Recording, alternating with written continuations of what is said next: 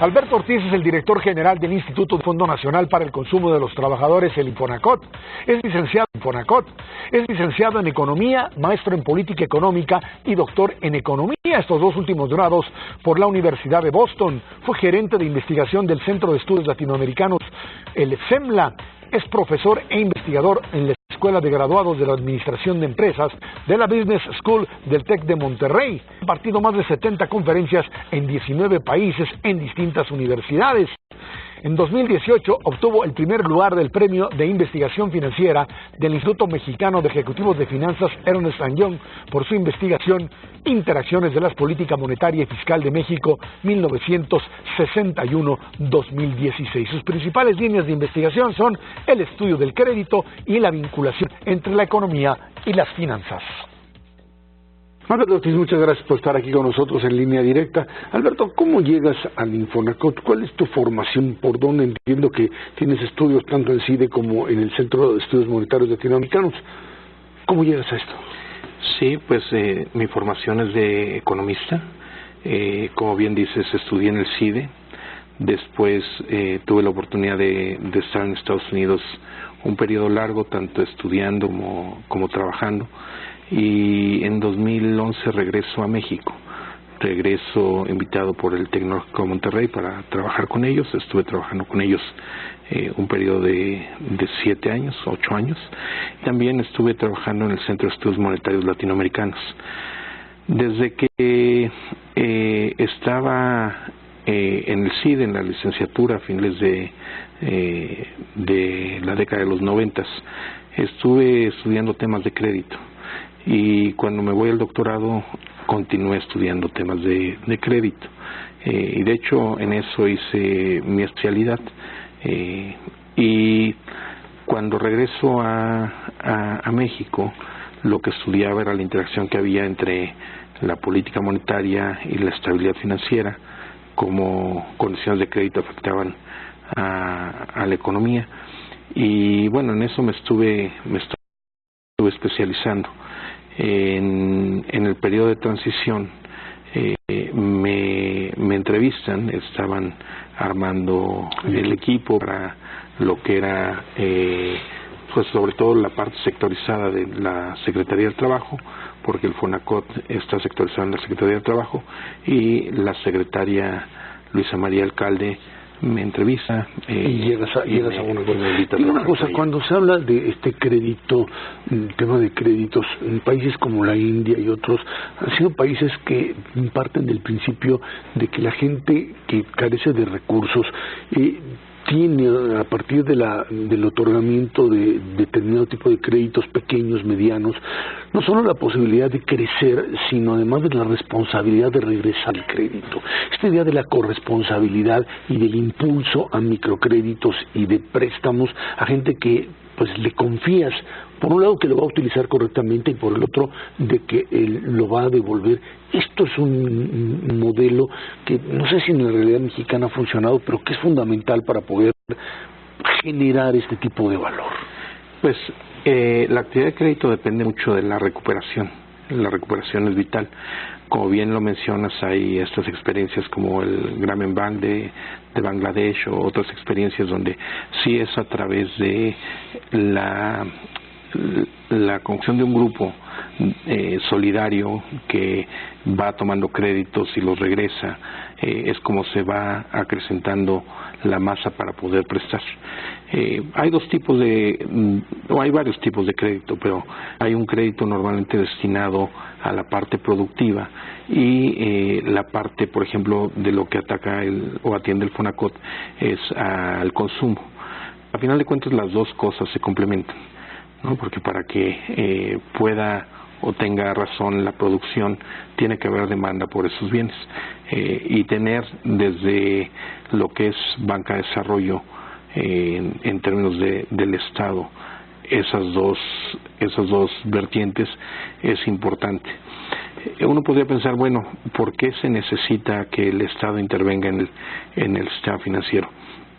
Y el Fonacot desde sus orígenes, al igual que entiendo que es con otras instituciones de banca de desarrollo, lo que trata de cubrir son imperfecciones que hay en el mercado de crédito. Es decir, por sobre todo cuestiones de información asimétrica, la banca comercial a veces no atiende a ciertos sectores, ya sea porque no es rentable por el volumen que van a prestar o a los costos que van a prestar, o porque es muy riesgoso, y ahí es donde pues se justifica que el Estado participe en estas actividades. Cuando se interviene directamente a partir de estas instancias como Fonacot, se parte del principio de que el riesgo es mucho mayor que en otros lados, se pierde o en realidad hay lo que podríamos llamar un crédito revolvente que tiene la posibilidad de seguir creciendo. El público que atiende o que recibe esto es el mismo, es alguien que está permanentemente recibiendo, o tenemos una movilidad importante ahí. Hay movilidad, aunque hay mucha gente que prueba el producto y permanece. Sí hay, en términos generales, un perfil más riesgoso, por ejemplo, de lo que son los créditos de nómina en instituciones bancarias. ¿Qué pasa en una institución bancaria? Normalmente, para que te den una línea de crédito se establece una relación previa. Tienes una cuenta de nómina en el banco conoce tu comportamiento, y ya que evalúa que eres un buen sujeto de crédito, entonces ellos normalmente te extienden la línea de crédito. En el caso del Fonacot es distinto. La gente viene al instituto y solicita el crédito, y los trabajadores formales de México, ya sea afiliados al IMSS o algún sistema de seguridad social del Estado, tienen el derecho de acceder al crédito. Solo requerimos que los centros de trabajo donde están estos trabajadores estén afiliados con el instituto. ¿Por qué necesitamos esa afiliación? Porque el crédito se lo damos al trabajador, pero la recuperación la hacemos vía el centro de trabajo.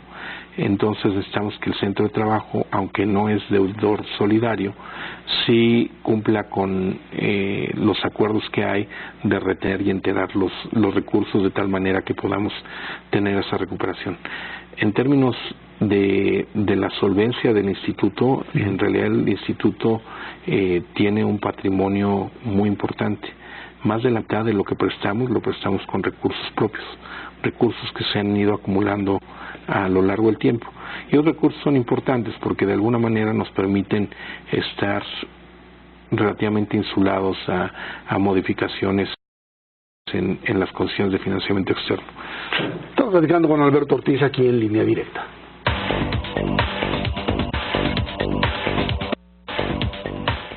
Alberto Ortiz, el tema de crédito para este sector de trabajadores, la pregunta es, ¿para qué piden créditos? Porque tenemos una gran variedad de instituciones. Infonavit es crédito a la vivienda, bueno, ahora se maneja en otro contexto. El Fonacot, ¿qué es lo que finalmente le permite al trabajador adquirir y de qué manera se evita o se tiene la previsión de evitar que se transformen en créditos impagables? Hay primero las características del crédito. El crédito es un crédito en efectivo. Los montos que se prestan están en función del salario del trabajador, van desde una quincena hasta 4 meses de salario. Entonces, dependiendo de cuánto gane cada quien, es el monto que se le va a prestar.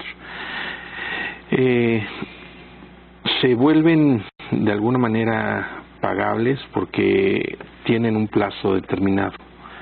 El crédito se paga en plazos de 6 a 30 meses en intervalos de 6, 12, 18, 24 y 30.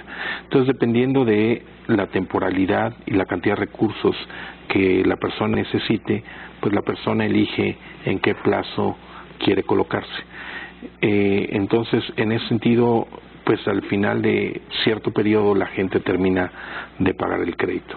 ¿Qué es lo que pasa cuando un trabajador pierde el trabajo? Porque ahí imagino que, además de la problemática propia, pues tiene créditos que probablemente se pierden, o cómo se cobran. Sí, desde 2014 el instituto, a través de aseguradoras, hace un seguro de desempleo.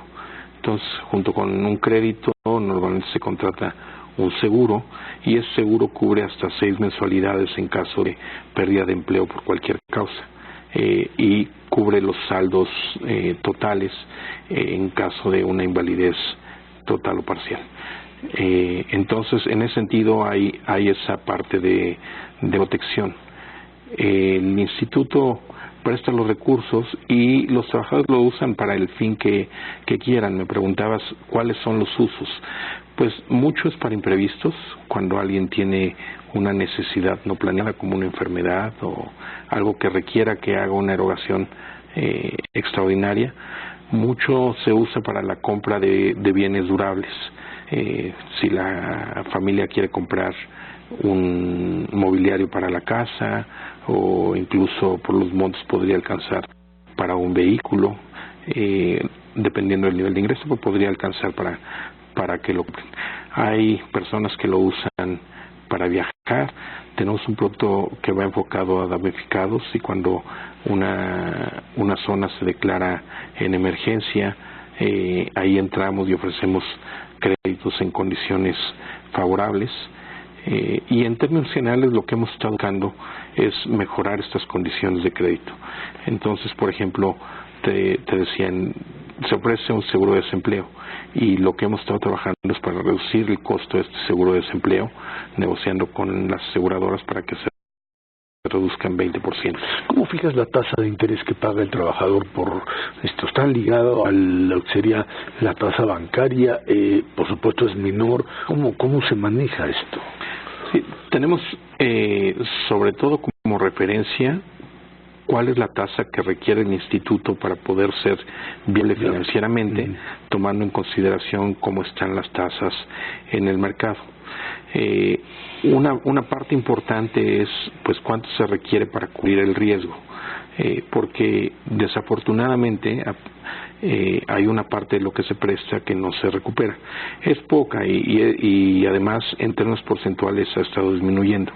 El índice de morosidad del instituto pasó de niveles de 5.8 en diciembre a niveles de 4.7 ahora en junio. Entonces, en ese sentido, tenemos que prever para esas pérdidas que vamos a tener. También el instituto presta con sus recursos, pero también tiene que salir a fondearse. Sale a conseguir dinero y nosotros también tenemos que cubrir ese costo que tiene el financiamiento. Y la otra parte importante es cuánto nos cuesta operar, cuánto nos cuesta mantener las oficinas abiertas, los sistemas, la plantilla para poder operar. Ahora, ahí es donde ha habido cambios muy importantes. A final de cuentas, la parte de riesgo le hemos tratado de mejorar mejores procesos para la cobranza. La parte de fondeo, pues ahí es una variable externa, podemos controlar poco, pero la parte de costos sí es algo que hemos ido limitando de manera importante, siguiendo las políticas de austeridad, de honradez y de eficacia del gobierno de México. Y en ese sentido, ahí hemos hecho un espacio lo suficientemente grande como para hacer la reducción que estamos haciendo. Entonces, fuimos más eficientes con el uso de los recursos, obtuvimos ganancias importantes en el primer semestre del año y lo que evaluó el Consejo Directivo del Instituto es que no era necesario continuar con ese ritmo de crecimiento de las ganancias, que parte de los beneficios se podían transferir directamente a los trabajadores que usan nuestros créditos y a partir de ahí se toma la determinación de disminuir las tasas de interés que cobra el instituto en al menos 20%. ¿Y esto está ligado de alguna forma a su viabilidad a un tema presupuestal dentro de la propia Secretaría del Trabajo? ¿Reciben un presupuesto o ya no son parte de la estructura presupuestal? El instituto tiene un presupuesto propio, opera con sus propios recursos. Entonces, a final de cuentas... ¿No hay cargo al erario? No hay cargo, no. Entonces, lo que sí hay que garantizar es viabilidad financiera.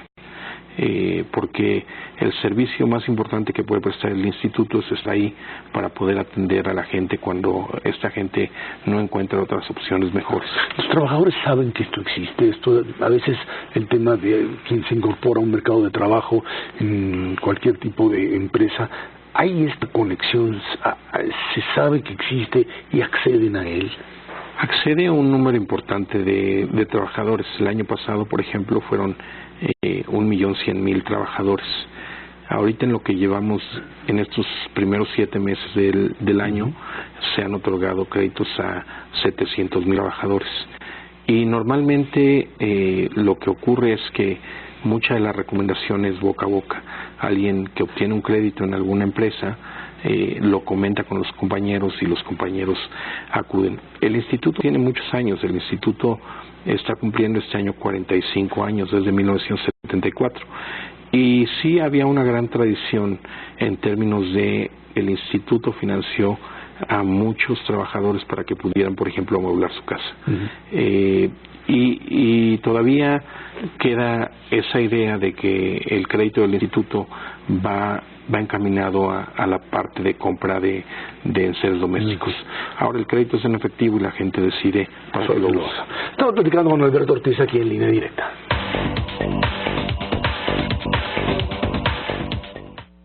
Alberto, el tema de trabajadores al servicio del Estado también entra en la parte del beneficio de Fonacot, o estamos hablando solamente de empresas privadas. No, entran las dos partes. Trabajadores que están con cualquier nivel de gobierno, pues también, al igual que las empresas, lo que requieren es que haya un convenio firmado entre la dependencia, el Estado, el municipio y el Fonacot para garantizar la recuperación, pero también los trabajadores del Estado son elegibles. Este es un incentivo para la formalidad, sin duda alguna, ¿no? O sea, trabajadores que están fuera, que sabemos la mayoría de la economía mexicana todavía está en esta informalidad. Esta idea de pertenecer o de ser parte, de recibir el beneficio del Fonacot, tendría que ser un elemento quizá de mayor penetración en lo que se manejan como políticas para sacar a la gente de la informalidad y meterla a la formalidad. Se habla, por supuesto, de todo el tema de bienestar social, seguro social, etcétera, pero esto es un elemento que, manejado quizá en una dimensión todavía mayor, sería un mayor atractivo, ¿no?, para estos sectores. Sí, ha habido incluso programas específicos para esa incorporación a la formalidad.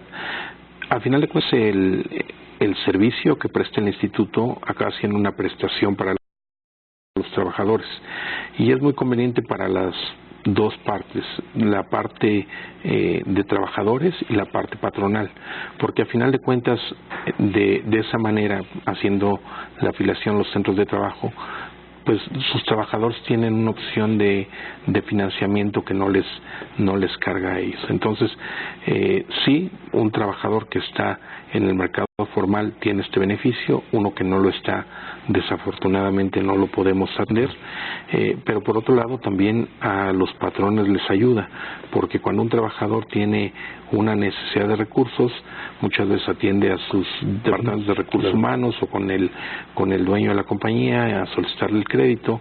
Muchas veces la compañía no tiene la capacidad o las reglas para prestarle, y así se descarga la responsabilidad, se transfiere hacia el Fonacot, y los trabajadores asisten, los atendemos, cubren sus necesidades y se pueden enfocar en la parte primordial, que es trabajar, producir, para que contribuyan a la producción. Dime algo, el tema de género, esta idea de que a veces, no a veces, sino en buena parte, preferible entregar el crédito, en este caso a veces los apoyos a las mujeres, a las propias mujeres trabajadoras o a amas de casa, etcétera, como parte de lo que podríamos llamar una mayor responsabilidad en el ejercicio del crédito. ¿Tienen ustedes algún tipo de estudio con respecto al tema género, crédito, utilización del mismo?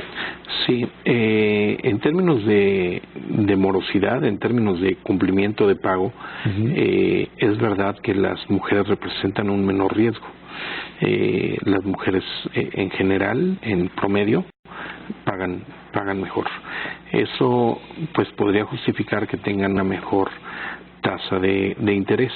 Y también, como política social, muchas de las personas que asisten a tomar los créditos son mujeres trabajadoras, muchas son cabezas de familia, y el instituto desde diciembre tiene un producto enfocado a las mujeres.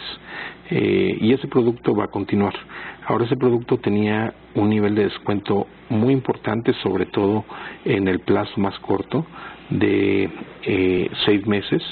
En el plazo de 6 meses las tasas empezaban desde 8.9%, y en ese segmento se va a mantener.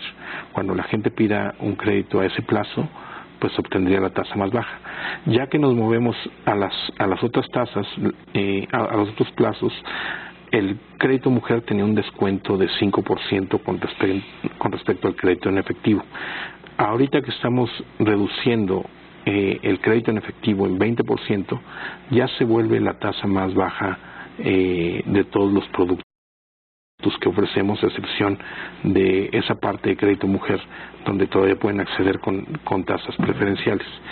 Entonces sí hay la intención de tener un apoyo para las mujeres trabajadoras, que además continúan ganando importancia en la fuerza laboral, pero también lo que hicimos fue hacer una reducción para todos, que haya la menor discriminación posible en términos del precio que va a recibir la gente.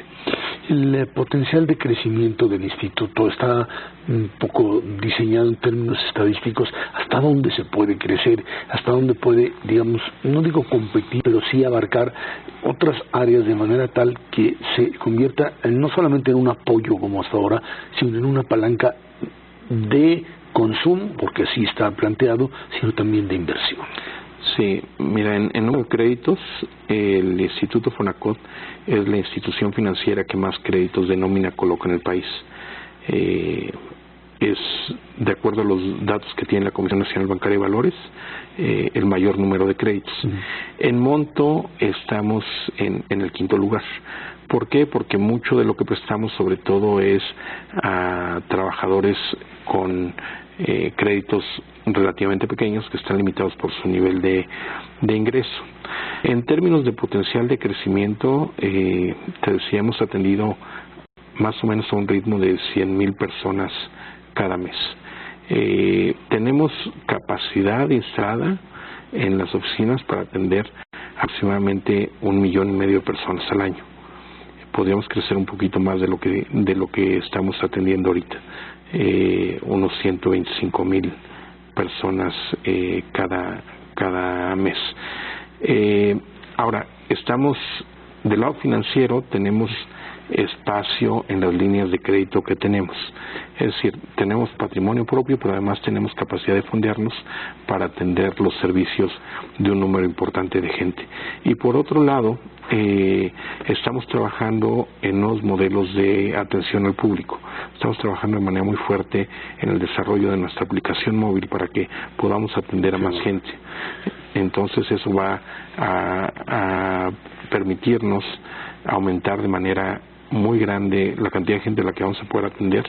Nos va a limitar nuestro crecimiento de los costos, al mismo tiempo que vamos a poder incrementar la cartera. Bueno, pues ahí está la propuesta de Fonacot, sin duda alguna un instrumento fundamental.